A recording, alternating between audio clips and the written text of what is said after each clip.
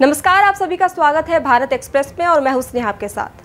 भारत में चुनाव की प्रक्रिया अपने जोरों पर है। लोकसभा चुनाव 2024 के दूसरे चरण की वोटिंग 26 अप्रैल को पूरी हो गई है, जिसमें लोगों ने बढ़ चढ़कर भाग लिया। तो वहीं अब 5 चरणों की वोटिंग अभी होनी बाकी है। बता दें कि भारत का संविधान 18 साल से अधिक उम्र के लोगों को वोट डालने का अधिकार देता है। लेकिन क्या आपको पता है कि इस अधिकार को विशेष स्थिति में छीना भी जा सकता है? अगर नहीं तो हम आपको बताएंगे कि वोट डालने का अधिकार किस स्थिति में छीना जा सकता है।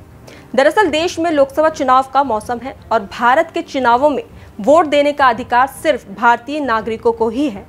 लेकिन जो लोग विदेश में रहते हैं और उन्होंने भारतीय नागरिकता नहीं छोड़ी है, तो वो भी चुनावों में वोट डालकर लोकतांत्रिक प्रक्रिया का हिस्सा बन सकते हैं।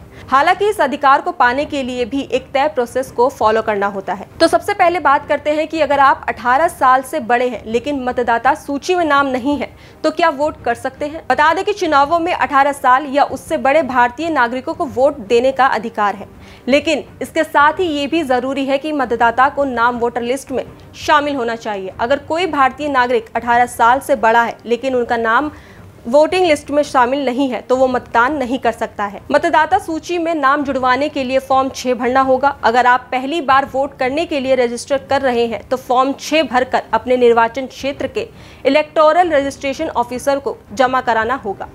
तो वहीं इसके आगे लोक प्रतिनिधित्व अधिनियम 1951 की धारा 62(3) के मुताबिक कोई भी व्यक्ति एक ही वर्ग के एक निर्वाचन क्षेत्र से एक ज्यादा वोट नहीं देगा। उदाहरण के लिए कोई व्यक्ति लोकसभा चुनावों में केवल एक निर्वाचन क्षेत्र से ही वोट कर सकता है। अगर कोई व्यक्ति एक से ज्यादा निर्वाचन क्षेत्र में वोट करता है, तो उसके द्वारा दिए गए सभी वोट खारिज हो जाएंगे। कभी कभार गलती से एक शख्स का नाम एक निर्वाचन क्षेत्र के वोटर लिस्ट में 2 बार आ जाता है। ऐसी स्थिति में वोटिंग के अधिकार को लेकर लोक प्रतिनिधित्व अधिनियम 1951 की धारा 62(4) में जिक्र है। इसके मुताबिक अगर कोई वोटर एक ही निर्वाचन क्षेत्र के चुनाव में एक से ज्यादा बार वोट देता है, तो उस शख्स के एक भी वोट नहीं गिना जाएगा, भले ही उसका नाम मतदाता सूची में 2 बार आ गया हो, लेकिन वो एक ही चुनाव में एक से ज्यादा वोट नहीं कर सकता है। इन धारा में अयोग्य साबित होने वाले नहीं कर सकते वोट।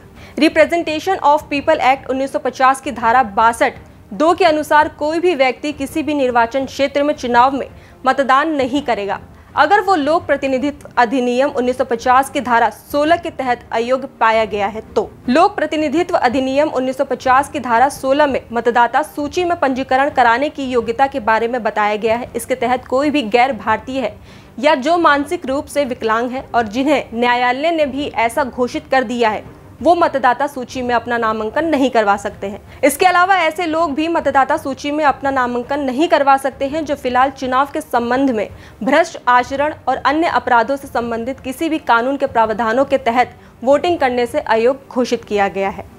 फिलहाल खबरों में बस इतना ही। बाकी देश और दुनिया की तमाम खबरों के लिए देखते रहिए भारत एक्सप्रेस।